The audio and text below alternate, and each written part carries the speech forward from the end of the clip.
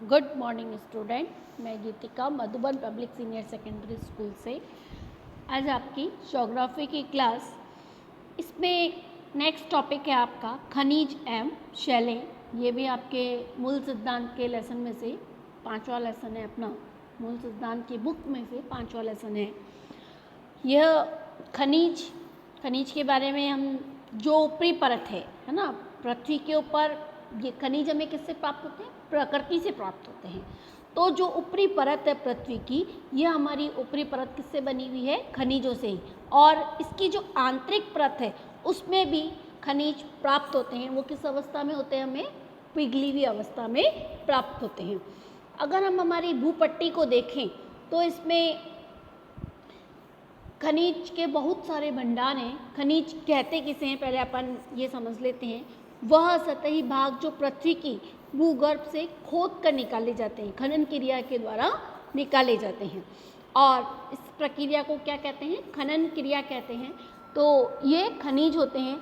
खनिज हमें कभी भी शुद्ध रूप से प्राप्त नहीं होते हैं।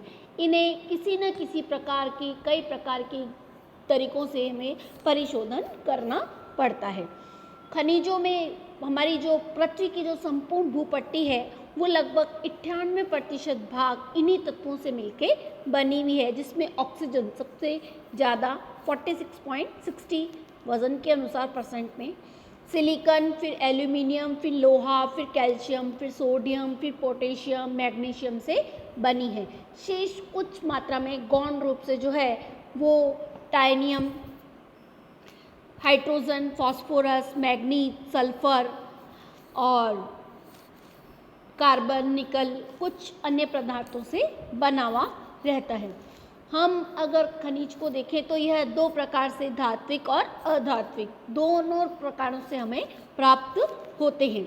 धात्विक जिसमें कि लोह धातु है ना, और अलोह धातु बहुमूल्य जो धातुएं हैं वह, और अधात्विक जिसमें कि लोहे के अंश ना के बराबर रहते हैं। धात्विक वे खनिज होते हैं जो कि विद्युत के कुचालक होते हैं, जो कि धात्विक कहलाते हैं। इन्हें पीटने पर आवाज़ भी उत्पन्न होती है। धात्विक खनिजों को 3 भागों में बांटा हुआ है। लोह धातु वे खनिज जिनमें चुंबक के अनुसार गुण पाए जाते हैं, लोहा, मैग्नीज आदि। अधात्विक खनिज वे धात्विक खनिज ही वे धात्विक खनिज हैं अलोह धातुओं में जिसमें से चुंबक के गुण नहीं पाए जाते हैं, जैसे कि तांबा, जस्ता, एल्यूमिनियम आदि। बहुमूल्य धातुओं में वे खनिज होते हैं जो बहुत कम मात्रा में पाए जाते हैं, इनका मूल्य बहुत अधिक होता है, जो बहुमूल्य जैसे सोना, चांदी, प्लेटिनम आदि।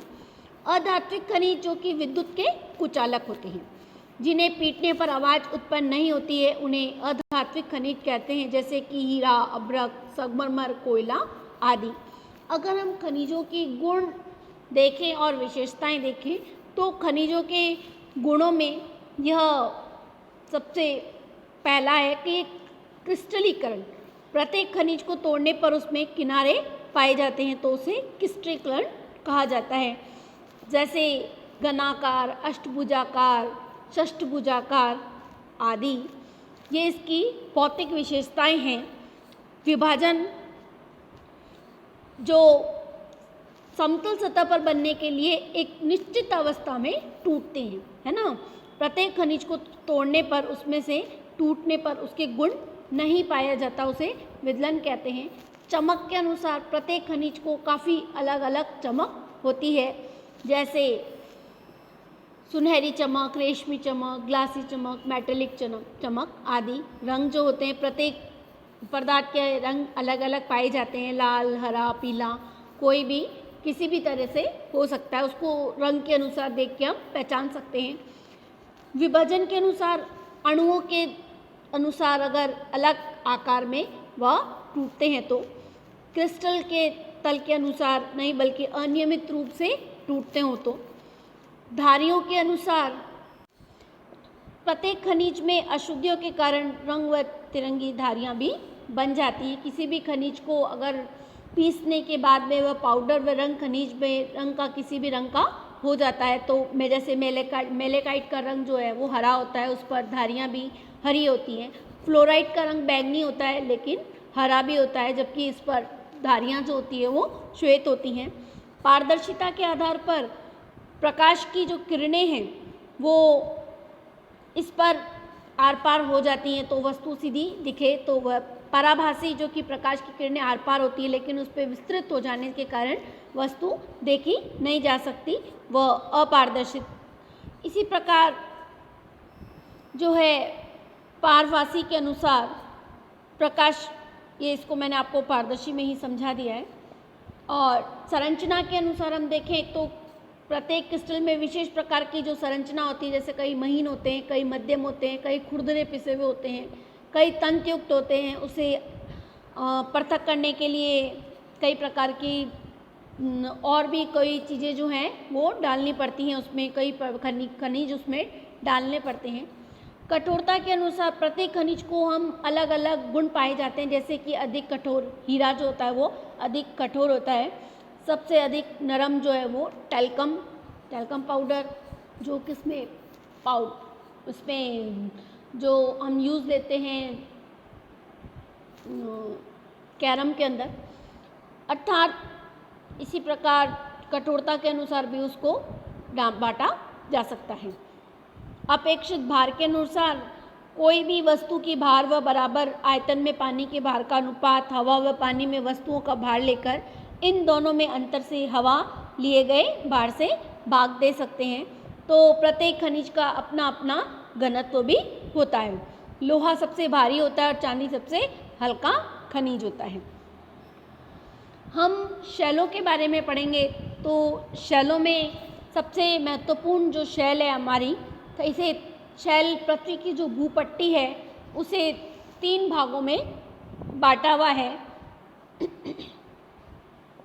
3 भागों में बांटे के अनुसार हम बता सकते हैं कि पृथ्वी की जो भूपट्टी है परतदार शैलों से बनी हुई है, तो एक से एक अधिक शैल खनिजों के द्वारा यह बनती जाती है।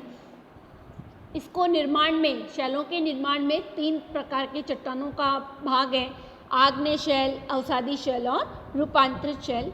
आग्नेय शैल, जो आग्नेय शैलों में सबसे लैटिन भाषा के द्वारा इग्रेस शब्द से बना है, जिसका अर्थ होता है टेंग्यूस।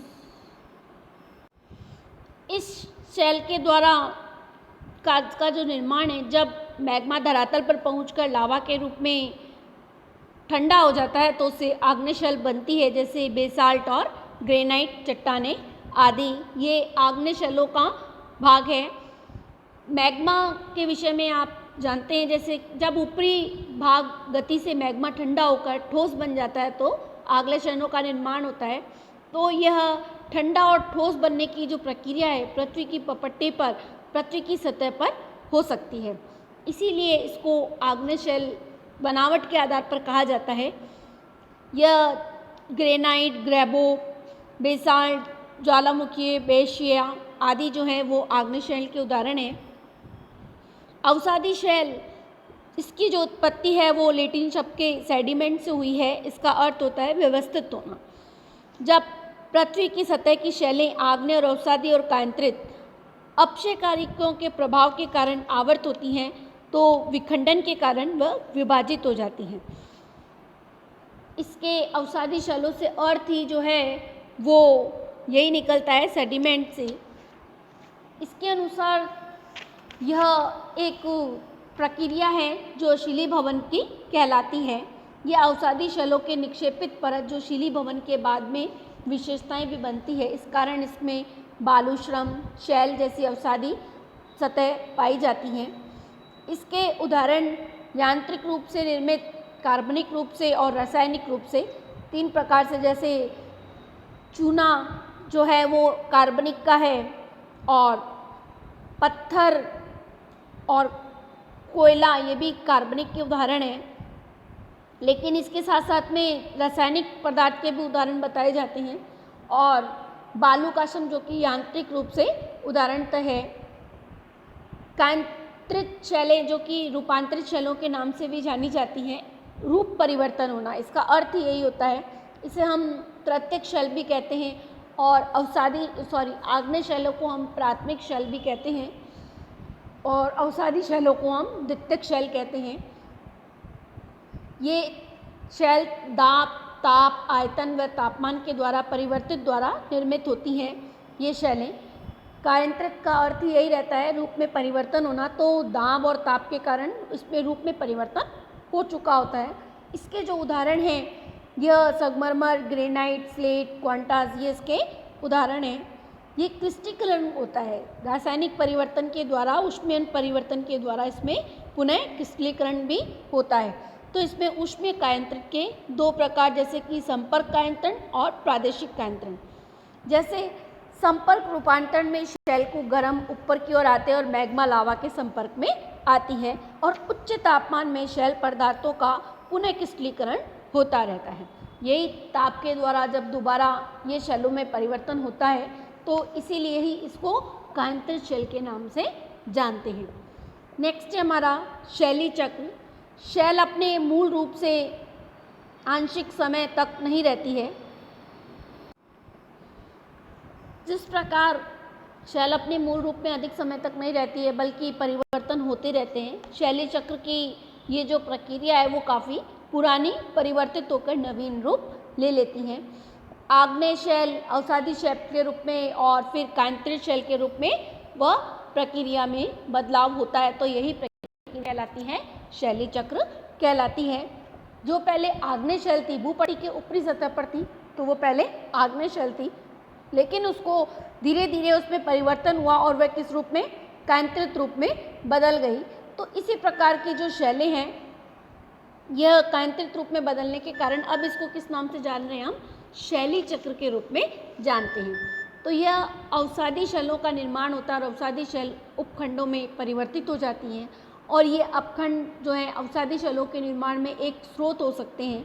और आग्नेय, कायांतरित और अवसादी ये जब दबकर, है ना, आंतरिक शैल के नीचे दबकर यह प्रक्रिया जब निरंतर चलती रहती है तो यही शैली चक्र कहलाता है।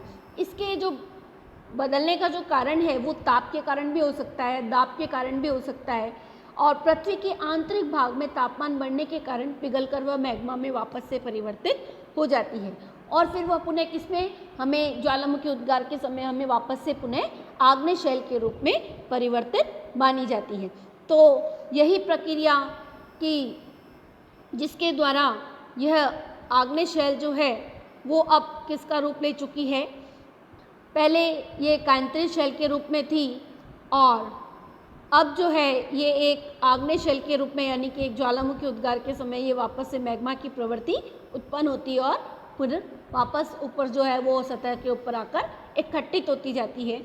अपक्षय व अपर्दन की प्रक्रिया के द्वारा हमें अवसादी शैलों की प्राप्ति होती है। यह प्रक्रिया किसी भी रूप में, यानी कि तापमान के बढ़ने के कारण या दाब के कारण उत्पन्न हो सकती है। यह पूर्ण प्रक्रिया शैली चक्र कहलाती है।